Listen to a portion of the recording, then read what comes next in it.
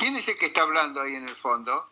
Mi hija Fátima, pero ya salimos al aire con estos comentarios, como siempre. Ah, Siempre, bueno. viste que yo digo silencio, ¿qué tal? Bienvenidos a Argentina Productiva. Es como una trastienda, ¿no? Sí, De lo que es el programa, ¿no? El intento de que las cosas salgan bien y bueno, ¿no? A veces salen bien, a veces no. Así que ¿qué estoy tal? Buenas con, tardes. buenas tardes, en Argentina Productiva con Raúl Racana, con Horacio Ricciardelli, nuestros participantes de lujo, como siempre, los que hacen posible Argentina Productiva. Gracias, Raúl, y te voy a encarar la charla por un tema que me pareció notable desde el punto de vista de la repercusión. Todas las entrevistas que vengo haciendo en este tiempo están teñidas de este concepto que vos dejaste instalado en mi cabeza, y es que la gente piensa lo que alguien le pone en la cabeza. Y los políticos toman decisiones en función de lo que la gente piensa. O sea, los políticos deciden en función de lo que alguien decidió poner en la cabeza de la gente. Y eso cambia absolutamente la concepción para mí de lo que es la política. Los gobiernos deciden muchas de sus actividades y de sus acciones en función de estas investigaciones y de este análisis de focus group y de investigaciones. Y estas investigaciones están mostrando lo que alguien instaló en la cabeza, en este caso del elector, pero puede ser también de un consumidor. Me parece que es el punto. Ahí estamos trabajando con Raúl Rodríguez sobre una investigación para ver herramientas, ¿sí? Y para ver qué cosas están instaladas. ¿Qué cosas están instaladas en la cabeza y las herramientas que se usaron para instalarlas? Para poder ir por ese camino, ¿no? Porque todas las entrevistas que estoy haciendo dicen, pero nosotros escuchamos a la gente. No, no, no escuchás a la gente. Estás escuchando a las personas que le metieron en la cabeza eso a la gente, ¿no? Coincidís conmigo, Raúl. Total. Más, lo primero que hace un buen... Vamos a empezar a ordenar un poco todas las ideas. ¿Qué te parece, Ricciardelli? Empezamos de a poco. Empecé hace mucho tiempo, nosotros hablábamos de la época de la lucha contra la subversión y todo lo que eso representaba. Pero yo te quiero decir esto. La estrategia se mueve en 5 fases. Primera fase, inteligencia estratégica, que es la que tiene que ver con lo que vos pensás. Que no es fácil definirla, ¿eh? No es fácil. Con lo que pensás, con lo que sentís y con lo que estás haciendo. El político define eso y a partir de saber lo que vos pensás comienza la acción de. Segunda fase, apreciación. La apreciación es qué accionar tengo que tomar en función de lo que vos pensás. ¿Está bien? Y la tercera fase es la decisión estratégica. Decido hacer esto en función de lo que vos pensás. El auténtico estratega del siglo XXI dice, ¿qué piensa este muchacho? ¿Qué siente? ¿Cómo ve la vida? Y entonces en la inteligencia estratégica defino eso. La segunda fase, que es la apreciación de estratégica, ¿qué acciones tengo que tomar para satisfacer su mente? No, para cambiar su mente. Y esta segunda fase que busca cambiar la mente de las personas es muy difícil. La primera que tiene que analizarse es uno mismo. ¿Sí? ¿Con qué fundamentos digo lo que estoy diciendo? Peor, ¿con qué fundamentos siento lo que estoy sintiendo? ¿Qué es lo que siento? ¿Qué es lo que veo? ¿Qué es lo que pasa? Y después viene la decisión estratégica. Por eso cuando yo te decía, hay que escuchar la Isla Molina, cuidado, porque ella tiene una versión neurocientífica, porque ella es creadora del Hospital de Neurociencia en Cuba, con una metodología de silencio para que nadie se enterara, creó el mejor centro. Y se pelea con Fidel Castro porque Fidel Castro lo quiere usar para los recursos de Cuba y ella lo quiere usar para los cubanos. Entonces la segunda parte decido el accionar. Decido la segunda parte, qué acciones tengo que tomar. Pero para cambiar tu mente, la miércoles, esto ya estás hablando del nivel estratégico en combate. Yo voy en combate. Tengo que cambiar tu mente para ocupar tu mente. En el siglo XIX, en la guerra Alsacia-Lorena, ganan los alemanes y se quedan con Alsacia-Lorena. Si no hubieran ganado los franceses, se quedaba Alsacia y Lorena con franceses. Es decir, en la búsqueda del territorio. El económico busca también el territorio económico. ¿Cómo hago para quedarme con el territorio económico? Por eso cuando nosotros hablábamos, viste, en la época que estábamos acá en la Argentina, definíamos al marketing como el proceso en el cual se definía el precio, la promoción, la publicity, el place y la publicity. Todo esto eran los 5 P, que eran las 5 P que hablaban del producto. Y ahora vienen las 5 C, que hablan de los seres humanos. Quiero saber cómo piensa mi cliente, quiero saber cómo piensan mis competidores, quiero saber cómo piensa mi compañía, quiero saber cómo piensan las cadenas de distribución que yo tengo, y en función de eso voy armando mi producto. Pero vengo del pensamiento de la gente. Raúl, te hago una interrupción. Para ir, yo estoy un poco ansioso con esto porque hace bastantes días que me dejaste esto instalado y estoy tratando de removerlo con mucha gente. Cuando vos empezás a plantear esto, a mí me empiezan a venir las ganas de saber cómo son las herramientas, cómo es la táctica. Ya entendimos que el gobierno se rige por lo que piensa la gente. No hay político que no dice yo quiero escuchar a la gente. Nadie dice yo necesito cambiarle la cabeza a la gente porque si la escucho voy a seguir en esta bosta. Nadie dice eso. Nadie se anima a decir eso. Entonces, como vos bien decís, la estrategia se hace, no se entiende. O sea, lo hacen, pero no se lo explican a nadie. Le meten en la cabeza a la gente lo que quieren escuchar y la gente lo tiene que expresar como si fuese algo propio, sin serlo. Vamos a las tácticas. Perfecto. Cuando el estratega define la visión del mundo, el tuyo y el otro y el de más allá, define la misión. La misión es cuando nosotros hicimos en el ejército el Programmatic Budget System, Planning Programmatic Budget System. El planning, que es la planificación, es la que define qué es lo que vas a hacer, no cómo lo vas a hacer.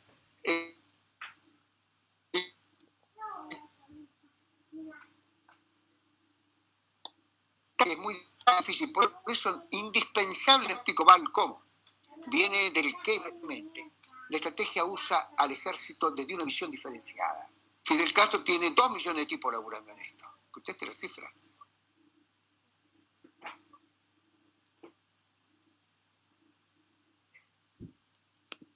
Lamentablemente se cortó la comunicación con Raúl. ¿Pero qué hace? Raúl, perdón, se te corta constantemente. Lamentablemente no tengo buena señal. Esperemos que después la tecnología resuelva estos problemas, que guarde estos paquetes de información y cuando lo reproducimos se escuchen. Pero para hacer un paréntesis, yo estuve hablando hoy con un experto en acción psicológica, tipo que trabajó en los servicios de inteligencia muchos años y que hoy se soltó y dijo: yo trabajé en los servicios de inteligencia, no lo voy a nombrar porque no tiene sentido, en general no lo decía, ¿no? Pero esta vez lo dijo. Entonces, empezamos a avanzar sobre esto, ¿no?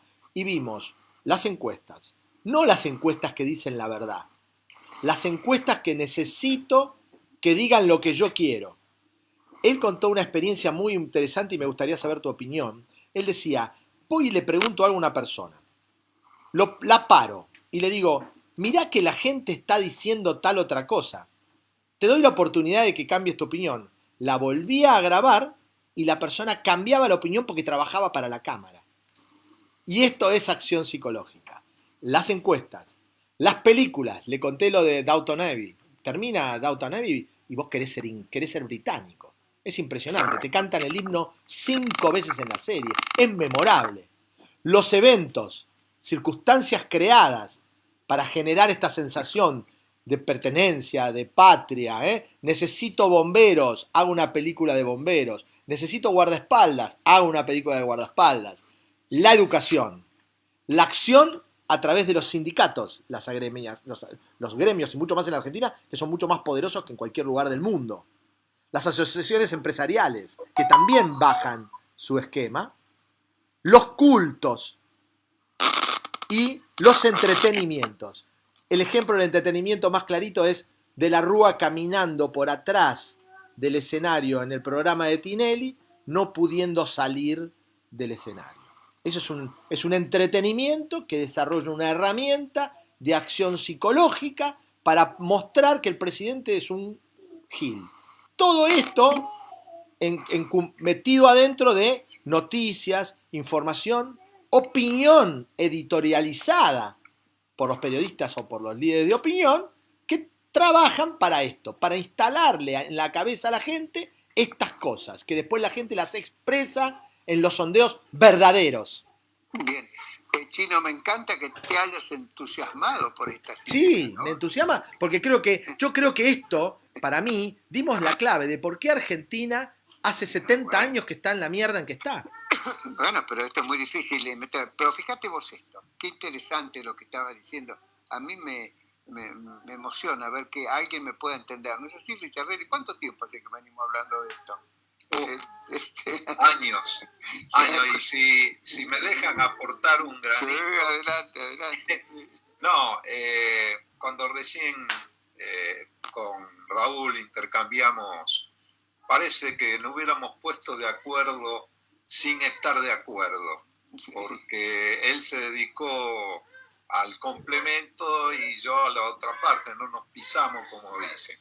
Cuando hago el segundo libro, Los protocolos de la corona británica, hablo de guerras políticas, porque Clausewitz decía que la guerra es la continuación de la política por otros medios cruentos, pero ahí se terminaba. En cambio, Sun Tzu hablaba de guerras políticas, ¿sí? Entonces, pero nadie tomaba el nicho de decir qué pasaba después de un conflicto. Hay vencedores, hay vencidos. Solo tuvimos la guerra de Malvinas, que caló hondo.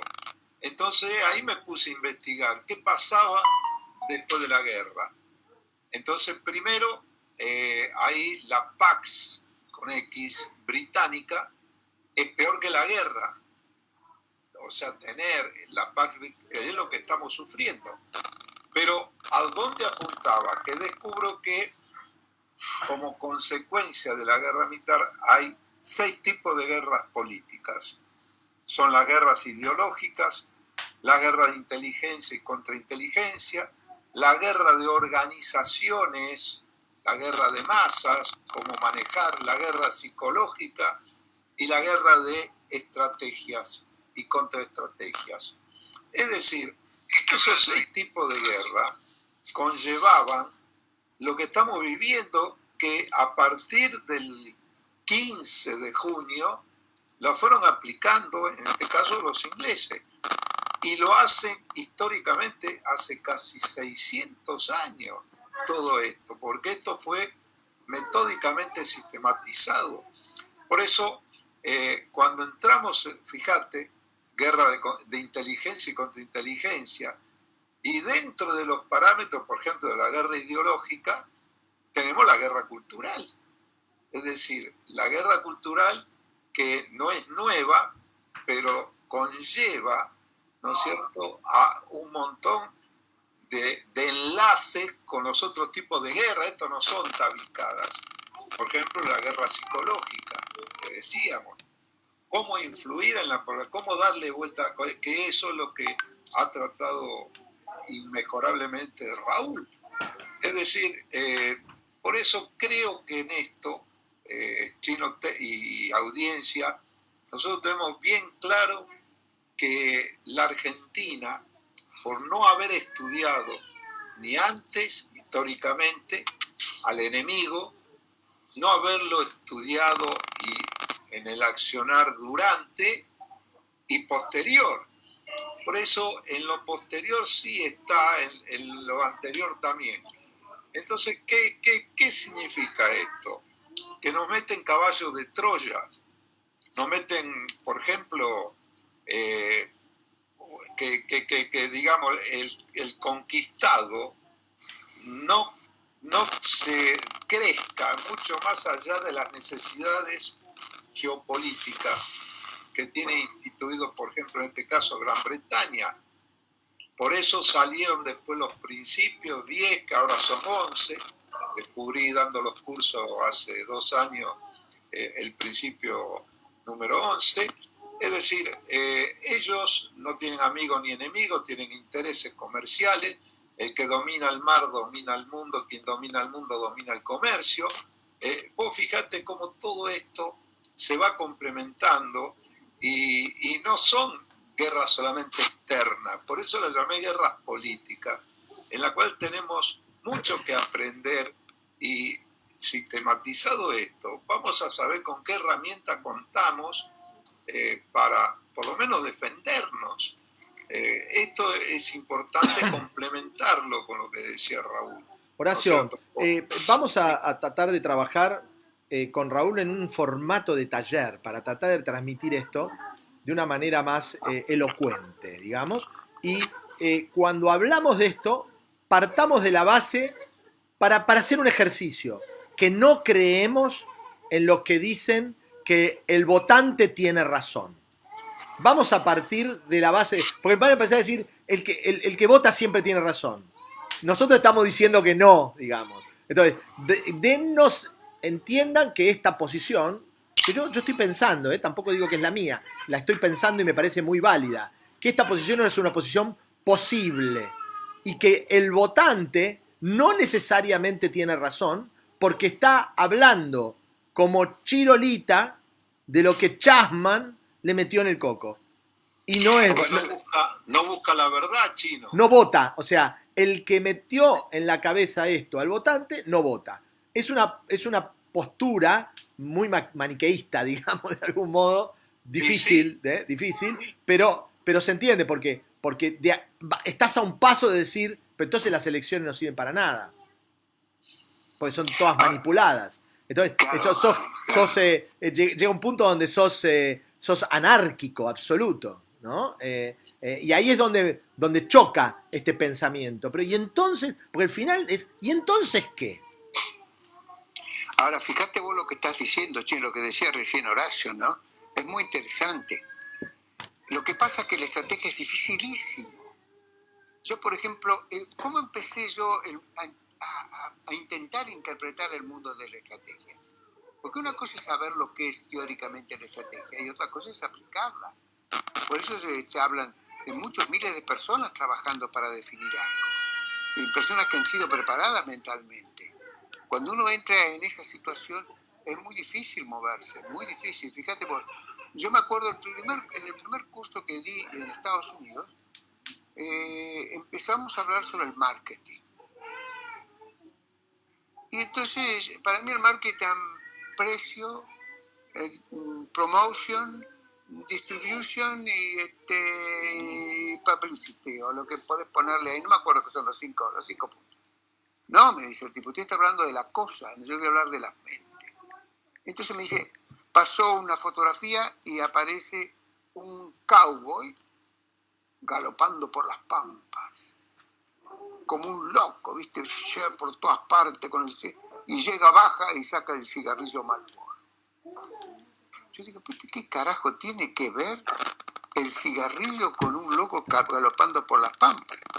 es la antítesis de la realidad. Entonces vino las preguntas. Entonces, ¿usted qué piensa, Ragán? Esto es la antítesis de la realidad. No me imagino que puedo vender cigarrillos poniendo un gaucho por las pampas, haciendo una especie de amor al deporte y poner un tipo que hace exactamente en contra del deporte. Entonces me mira y me dice, ¿sabe lo que usted no entendió? Me dice que hay 3 niveles en el marketing. 3. Uno que va por lo racional, que es el más ineficaz de todo. El segundo que va por el amor. Voy a comprar ese auto porque es igual que el que tenía mi papito. Y el tercero va por el instinto. Y la gente se mueve por el instinto. Y eso es el proceso de la inteligencia estratégica. ¿Te imaginas? Tengo que entrar ahí. Tengo que entrar en el resentido social. Ya sea rico o pobre. Hay ricos que son resentidos.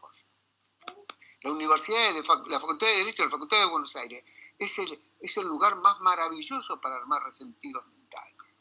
¿Cómo no van a armar resentidos mentales?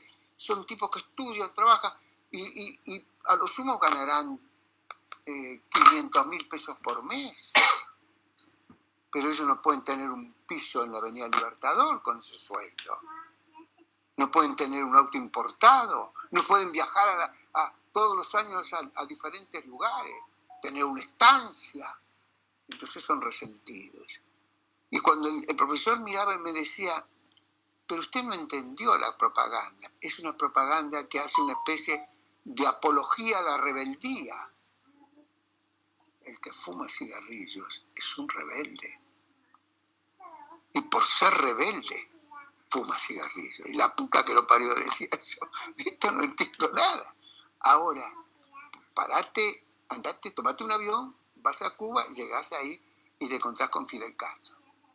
Y Fidel Castro le dice a Hilda Molina, acá te regalo un libro, Gramsci. Y cuando vos lees a Gramsci va a hablar de 2 niveles. El hegemónico y el dominante.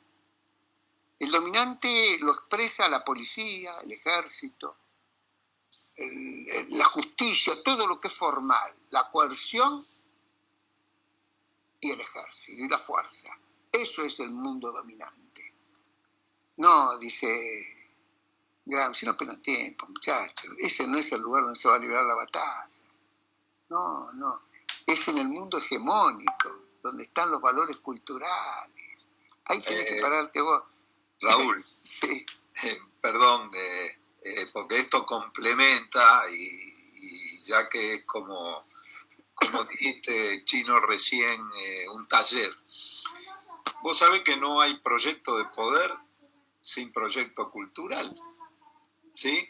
Los medios de comunicación preparan el cambio cultural. Por eso a veces la libertad de prensa está condicionada, está confinada a pequeños grupos como los nuestros, que decimos y no queremos ajustar a la realidad, que es la única verdad esa, ¿no es cierto? Por eso es importante tener en cuenta el proyecto cultural, que es Gramsci. Yo cuando iba a la universidad becado, año 74 empecé, nadie conocía a Gramsci. Habían 14.000 grupos de izquierda, derecha, de centro, de arriba, de abajo, y de izquierda eran como 30, 40, no sé, marxista, leninista, chinoísta, troquista, qué sé yo. No se mencionaba a Gramsci. Y Gramsci fue el que empezó, ignorado, preso inclusive, fue compañero de lucha del socialismo de Mussolini.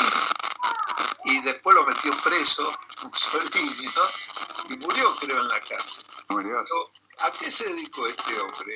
Dijo, no, a todos los marxistas, progresistas, pseudo-marxistas. Yo dijo, no, muchachos, con la revolución del campesinado no van a llegar a ningún lado. La revolución de tal cosa no van a llegar a ningún lado. Con la Guerra Fría no van a llegar. Entremos a la mente, empecemos a conquistar culturalmente a la sociedad.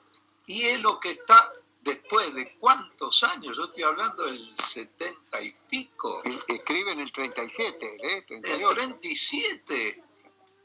Capaz Pero habla, vos fijate cómo lo han llevado. Horacio, Raúl, les cuento algo como para ver si les puedo disparar alguna idea quizás paralela, ¿no? Yo estudiaba arquitectura en la Universidad de Belgrano y después en la Universidad de Buenos Aires. Y me cayó en las manos un negocio, y yo soy un comerciante, soy un vendedor, por encima de lo que era mi expectativa de ser arquitecto, me encontraba en el ejercicio profesional vendiendo departamentos y nunca teniendo la oportunidad de realmente de ejercer mi parte creativa. Y yo ya tenía, de casualidad, este principio de negocio en una agencia de publicidad, al principio muy embrionaria y después se transformó en una agencia medianamente grande. Cuando empecé a entender que tenía que estudiar, pensé en la mercadotecnia de alguna manera.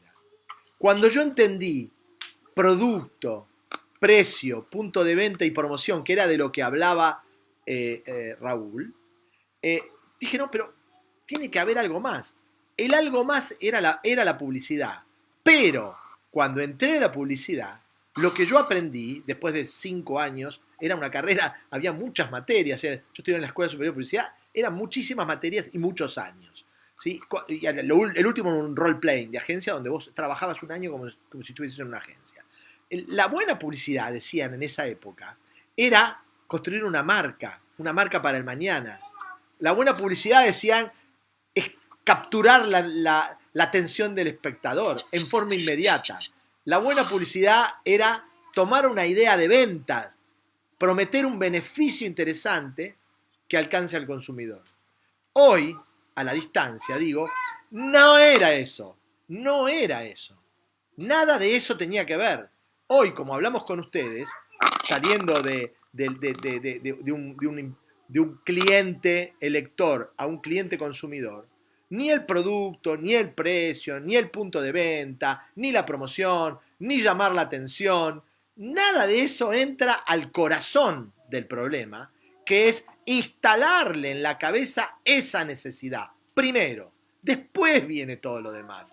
Todo lo demás es táctico, no estratégico. Y yo no aprendí estrategia en la facultad. Yo aprendí táctica. En la facultad no te enseñan estrategia. No te enseñan a pensar tampoco.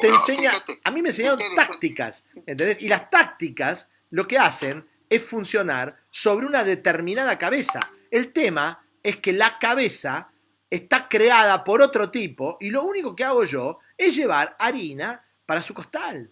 Estoy llevándole negocio a él, porque todo esto que yo hago, un buen producto, un buen precio, un buen punto de venta, una buena promoción, la base de todo eso, y después la publicidad, es el sondeo, es la investigación, es entender lo que el cliente quiere.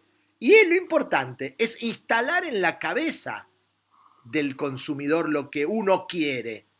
Esa es la estrategia. Ahora, fíjate qué interesante lo que decís. Bueno, ahora estábamos hablando nosotros de inteligencia estratégica. La inteligencia es capturar la mente de los participantes. Después viene la segunda parte, que es la percepción estratégica.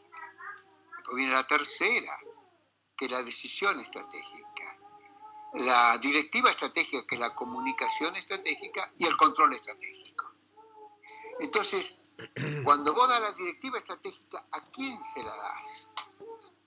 Los ejércitos están preparados para llevar adelante una directiva estratégica. Pero, ¿qué son? ¿Pensadores? No, el militar no sabe pensar. Ya se lo dije muchas veces a los muchachos. No se les paga por pensar, se les paga por hacer. Ningún militar juzga al otro porque pensó mejor. No, pensar no importa. Lo que importa es lo que... bueno, está bien, dámelo esos muchachos a mí. Pues imagínate, yo estoy acá en la Argentina, tengo 100.000 oficiales. 100.000 oficiales, 200.000 en todo el territorio nacional. Tengo que juntar, si amo la patria y soy patriota, los políticos se deben juntar y dar directivas a un grupo de tareas grande, 200, 300 tipos, que investiguen todos los movimientos. Vos fíjate bien, desde Santo Tomás de Aquino en adelante, todo el mundo sabe que la libertad es lo único que te hará feliz y grande. El peronismo en su manifiesto del 43 habla de la libertad. Dice, pero ¿cómo? Si se dedicaba a los pobres, sí, porque eran los que no tenían libertad. Nada más que por eso. Entonces, ¿qué tiene que hacer Fidel Castro para neutralizar este accionar de la libertad? Y yo debo crear resentido social. Y voy a la facultad y le digo, qué malo que son estos muchachos. Y tenemos que anular la posibilidad del éxito de la pequeña empresa. Hay que borrarla, esos hijos de puta, porque es el símbolo del éxito del obrero. Tengo que anular ese símbolo, porque un tipo que hace después de ser hermoso, dedicado, cuidadoso, observador, trabajador, pone un restaurante, pero a ese lo voy a matar con los impuestos, con las cargas sociales, con todo. Entonces, ¿qué hace? Va a evitar todo eso. Cuando vos evitás todo eso, frenás tu capacidad de crecimiento. Desapareces.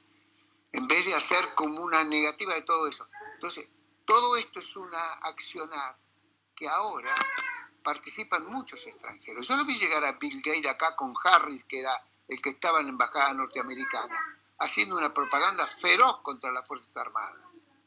Feroz.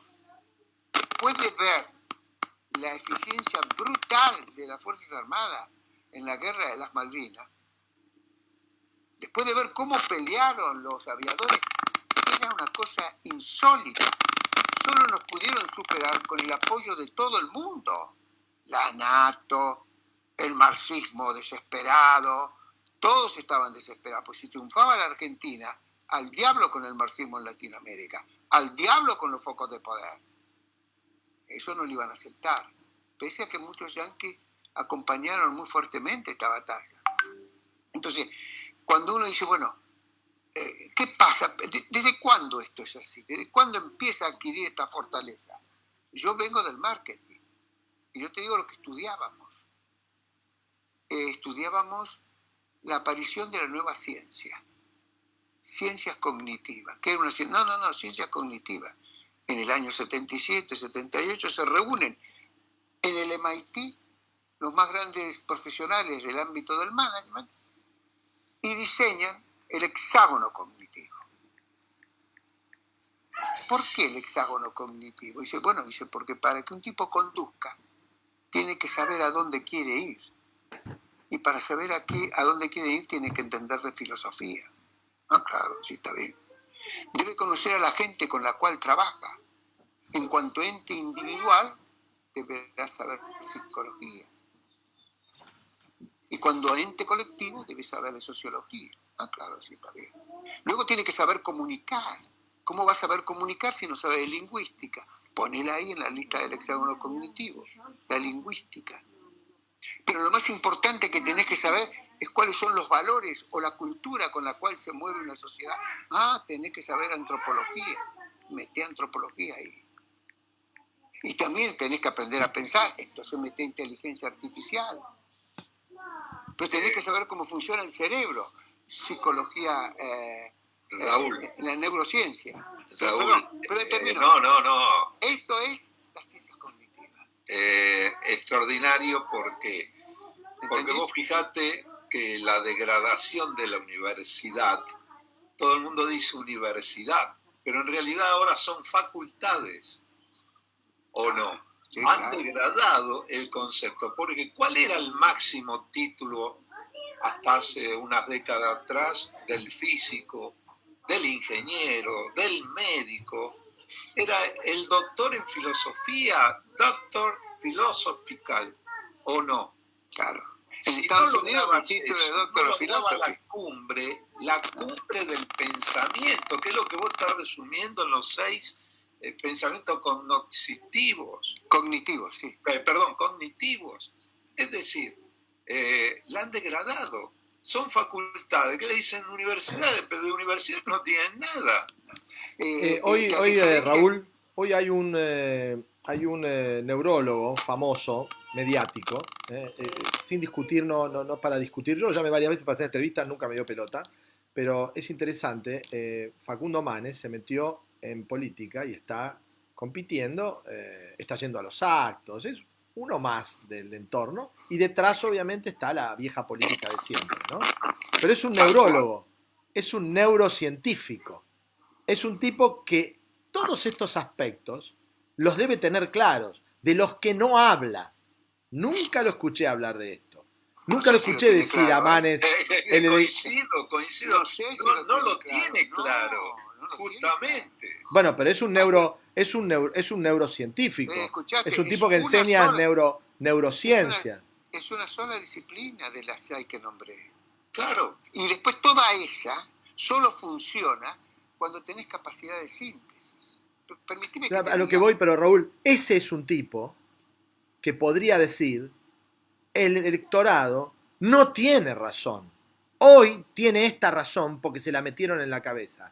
Y mañana, si somos inteligentes, va a tener otra razón que es la que nos conviene a nosotros, claro, o al país. Él podría decir eso, porque lo debe saber, pero no lo dice. No lo dice. Oportunista. Si lo tiene, yo no lo conozco.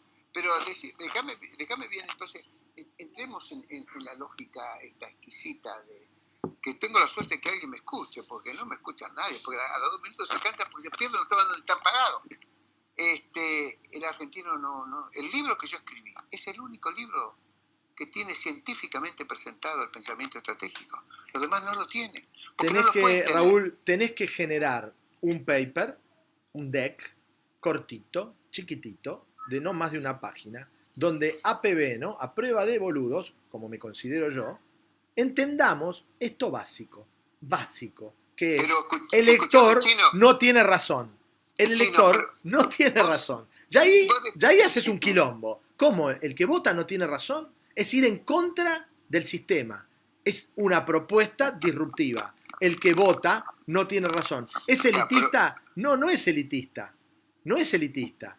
El que vota no tiene razón implica que el que vota es incapaz de discernir que las preferencias que él tiene, que lo que él está pidiendo, que lo que él está requiriendo y que el político responde con promesas, es una implantación.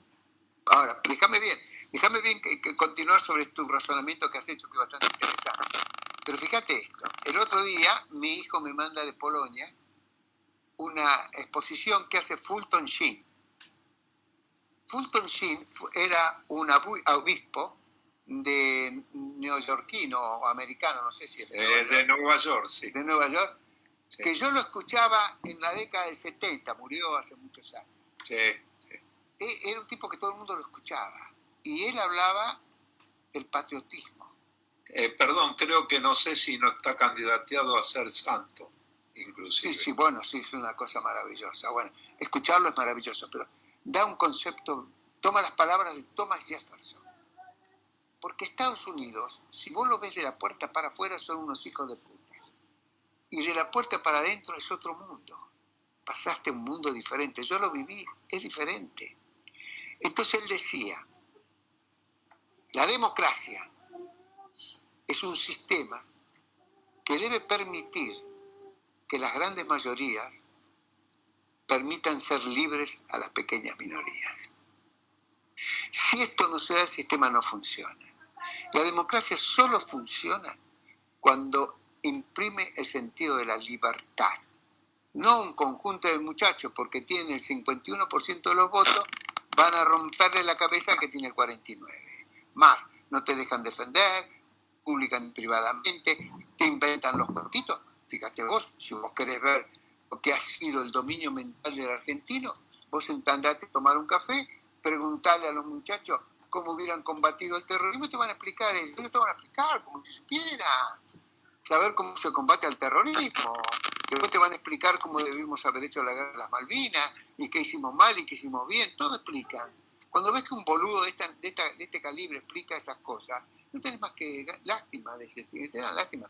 A veces lo hacen por resentidos sociales, porque el ataque de estas estrategias va mucho sobre el resentimiento. Fíjate vos cómo hace el cowboy de los cigarrillos Marlboro, van sobre un resentido, un tipo que es rebelde y prefiere morir para mostrarle al resto que les hace lo que quiere. y se fuma un cigarrillo y se caga la vida, no importa eso. Pero eso es así se paran. Y esto lo entendió Fidel Castro. Dijo, pero necesito tener muy en claro para construir eso, qué modelos tengo que hacer. Y en el ejército argentino le dijeron a los argentinos, los militares son asesinos, muchachos. ¿Cuántas veces lo repitió? 1.000.000 de veces. Es como decía Hitler. Hitler es otro de los grandes fenómenos del siglo XX. Hitler, una maravilla, una cosa, un pensador exquisito. Nunca habló mal de los judíos, dejaba que Goebbels hablara mal de los judíos. Cuando Goebbels convenció en la mente de los alemanes que los judíos eran unos hijos de perra, entonces él dijo, los judíos son hijos de perra. Nunca lo dijo él, nunca te buscó cambiar la mente él, porque si vos cambiás la mente de los demás, vos te deteriorás muy fuertemente. Por eso Goebbels sale con sus 11 principios de cómo tenés que hacer. Algunos de ellos están ahí. Pero hay una frase de Hitler que a mí me encanta. Dice, las grandes mentiras,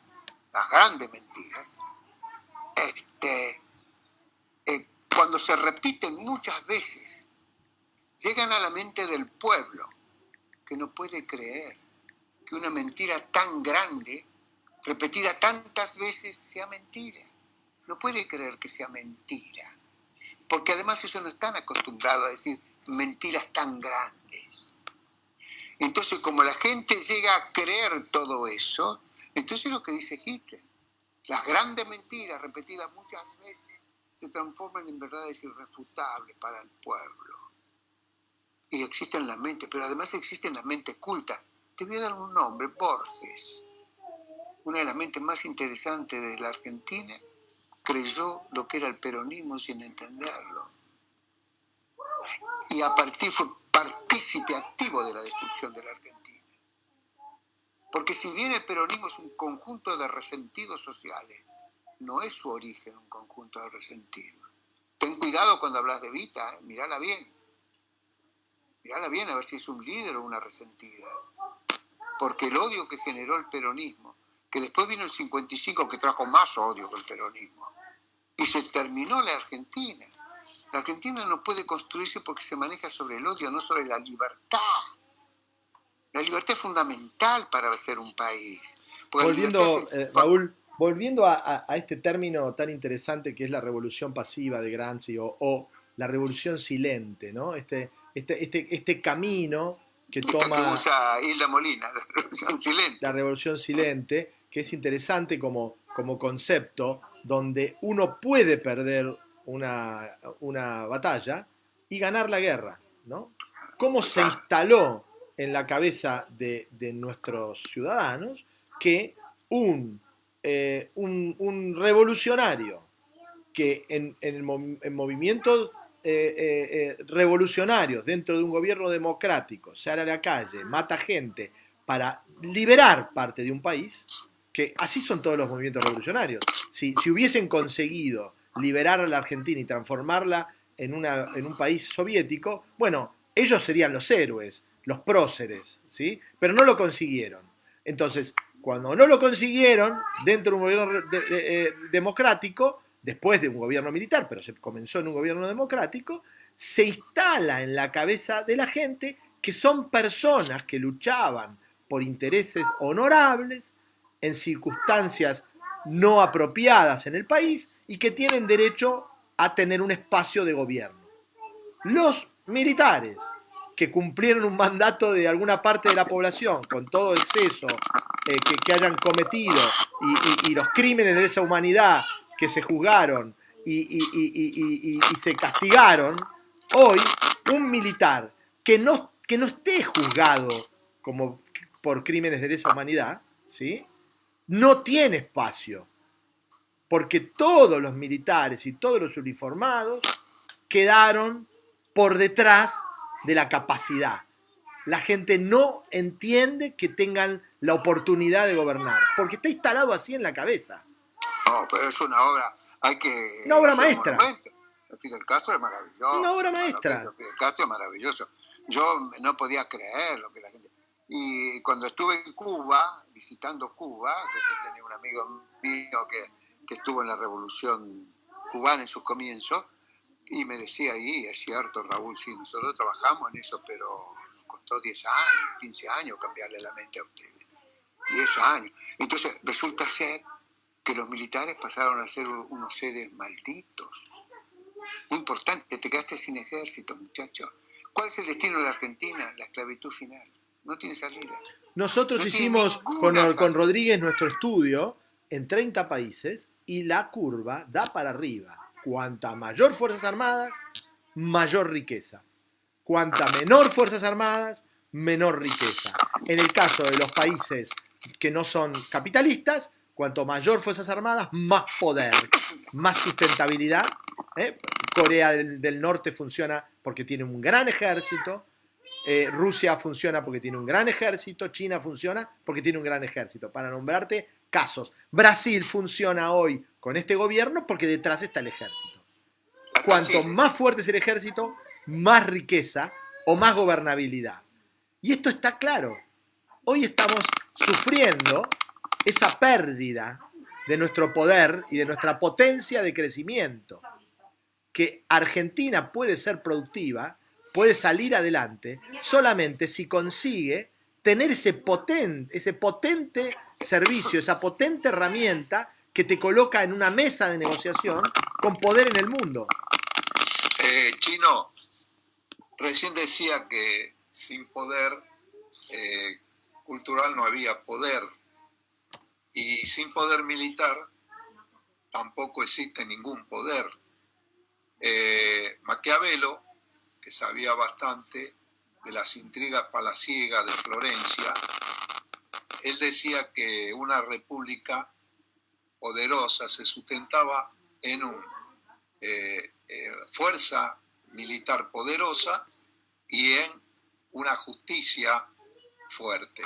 Es decir, esto en la Argentina es el único caso en el mundo en la cual las Fuerzas Armadas también permitieron que se llegara a eso, porque son responsables, por lo menos los mandos superiores, para que se llegara a esto.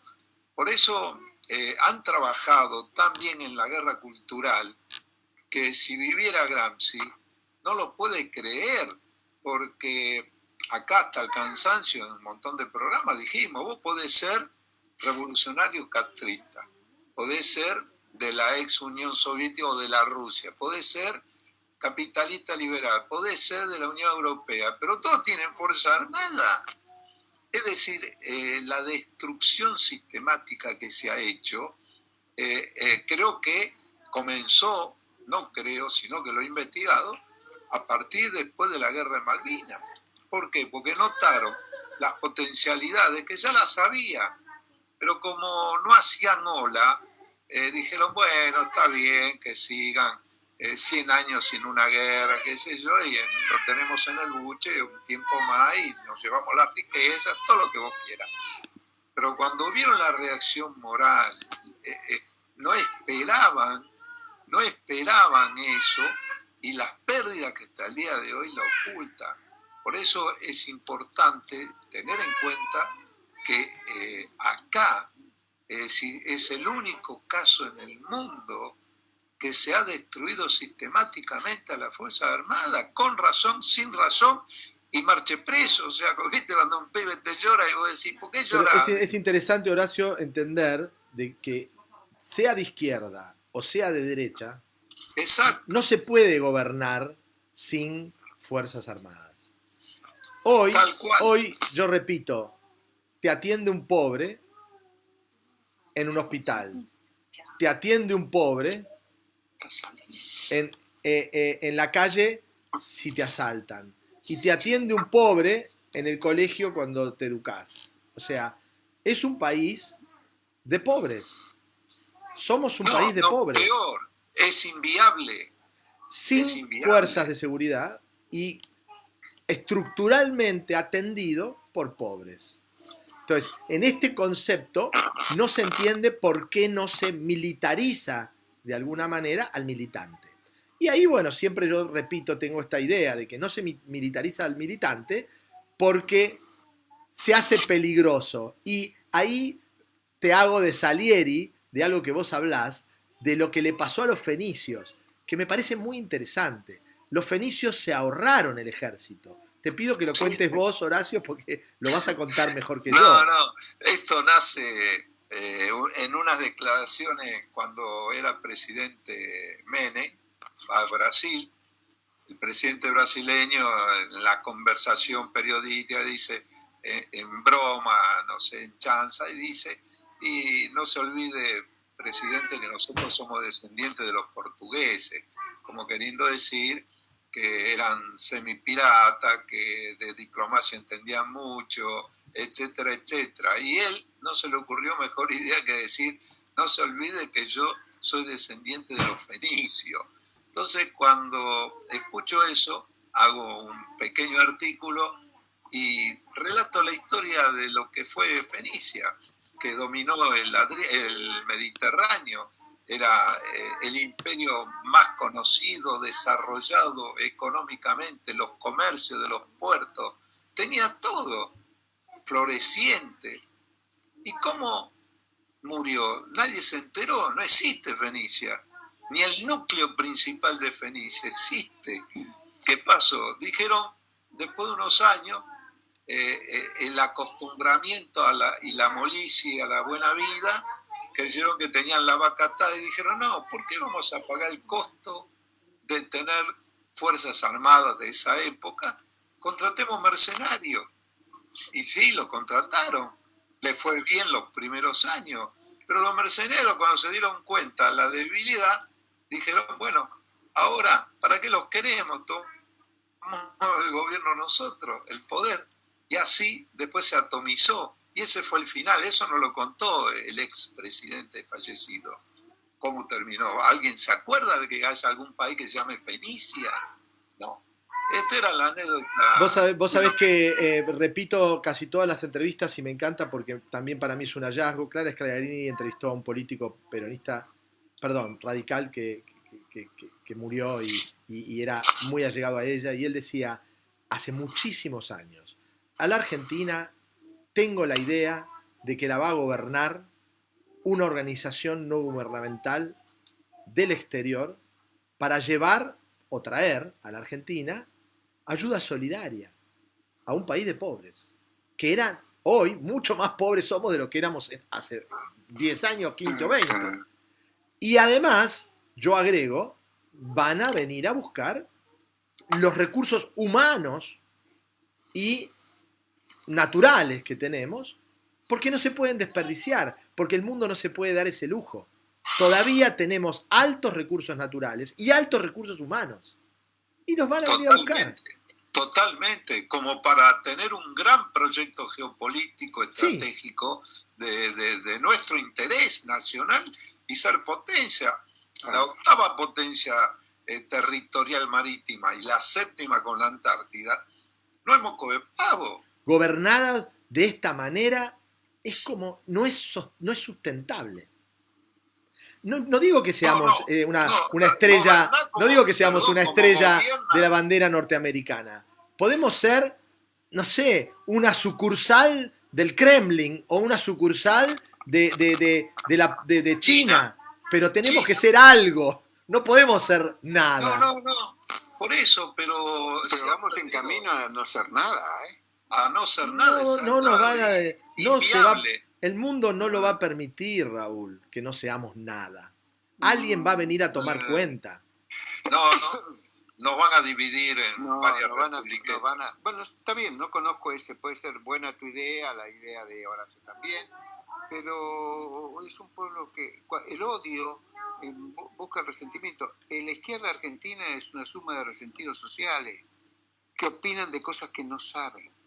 Cuando uno opina de cosas que no sabe con vehemencia y defiende lo que no sabe que defiende, es un resentido.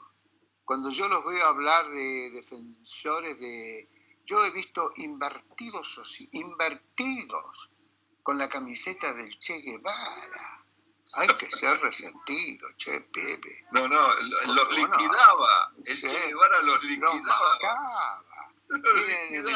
No te fijaste, o como los judíos que se volvieron antimilitaristas sin darse cuenta que eran entonces proterroristas, los mismos terroristas que manejaba Fidel Castro, porque vos sabés bien que Fidel Castro era el comandante general de la tricontinental.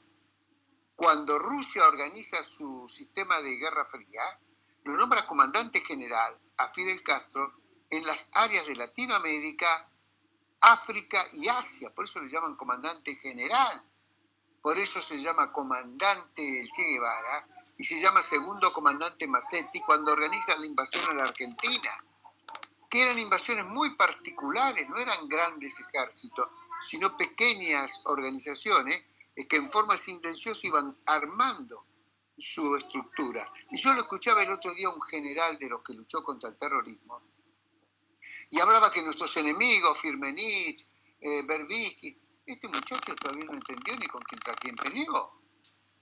Este muchacho no sabía de eso. Y era un general de división, uno que había peleado ferozmente contra el terrorismo. No sabía de dónde venían estos muchachos. No se habían enterado. ¿Dónde se habían entrenado? ¿Quién los había dirigido? ¿Quién los montó culturalmente? Y los organizó para dominar en Latinoamérica. Fidel Castro. Raúl, escritos que se encontraron en esa época del Ejército Revolucionario del Pueblo, por ejemplo, ellos decían que podían llegar a perder la guerra militar, pero nunca iban a perder la guerra política. No, porque la guerra ellos trabajaban sobre la mente. Fíjate vos, el último que falleció, teniente coronel del ejército norteamericano, que era aviador, que volando, marino creo que era, volando en Vietnam, le bajaron el avión y él se tira en paracaídas y cae preso. Estuvo como 15 años preso, 10 años preso. McCain era el candidato a ¿El del U-2, el avión espía? Exacto, no avión espía, no de combate, avión de combate. Bueno, cae preso y lo mandan al zoológico, está en el zoológico. ¿Quiénes eran los guardias cárceles en la cárcel del zoológico del gobierno vietnamita? Los cubanos. Los cubanos cuidaban la cárcel. ¿Y por qué los cubanos cuidaban la cárcel? Él lo dice. Porque estaban tratando de ver cómo lograban, mediante un sistema de tortura, cambiarte la mente. No hacer lo que yo digo. No. Cambiar la mente. Y trabajaron fuertemente con los aviadores norteamericanos para ver cómo podían hacer para cambiarte la mente. Debes estar hablando, Raúl, estoy mirando acá de Christian Bale, que se hace una película de él, ¿no? Rescate al amanecer. Es un piloto germano estadounidense que cae derribado y capturado por los pobladores simpatizantes de Pathet Lao en la campaña militar estadounidense en la guerra de Vietnam. Supongo que debes estar hablando de él. No. Este es un que fue candidato a vicepresidente o vicepresidente a candidato a presidente de los Estados Unidos. Fue muy Mackenzie, algo por el estilo de esto. Pero lo que yo te quería decir es esto: cuando vos mirás toda esta operación militar de ellos, es una operación de tipo psicológico muy profunda. A la Argentina la destruyeron. Vos vas a tomar un café y tiene uno de estos pobres pelotuditos mentales, pobrecitos, dan lástima. Mire, Racana, yo le voy a explicar por qué ustedes no tomaban preso a la gente y la declaraban públicamente, la sometían a juicio y después la fusilaban. Yo digo, estos muchachos deben haber vivido en Polonia, no sé dónde vivían estos muchachos. Desde el año 73 al año 76 la justicia argentina procesó a 3 y no condenó a nadie. Perdón, Raúl, sí, John Sidney McCain, que marino, piloto, que volaba sobre Hanoi. Sobre Hanoi fue derribado en la operación Rolling Thunder y fue capturado por los vietnamitas del norte y fue prisionero de guerra, etc. Claro, y ahí estaba el equipo piloteaba un avión Hawker Hunter.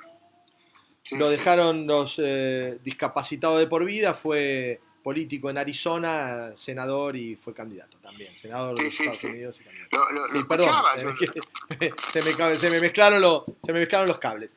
Ya estamos en una hora, es tremendo cómo se pasa el tiempo, pero me encanta y bueno, espero que la gente pueda bancársela y disfrutar de lo que yo por lo pronto disfruté de conversar con ustedes y de volcar estas ideas. Muchas gracias, gracias por estar en Argentina Productivas, gracias Horacio Richardelli, gracias Raúl Rakana, y las puertas abiertas, espero que puedan seguir apoyando a Argentina Productiva para que Argentina Productiva exista. Muchas gracias. Bueno, no, gracias. Y cariño a tus hijos que los escucho de acá. Adiós. Hasta luego. Muchas gracias. Chao, querido.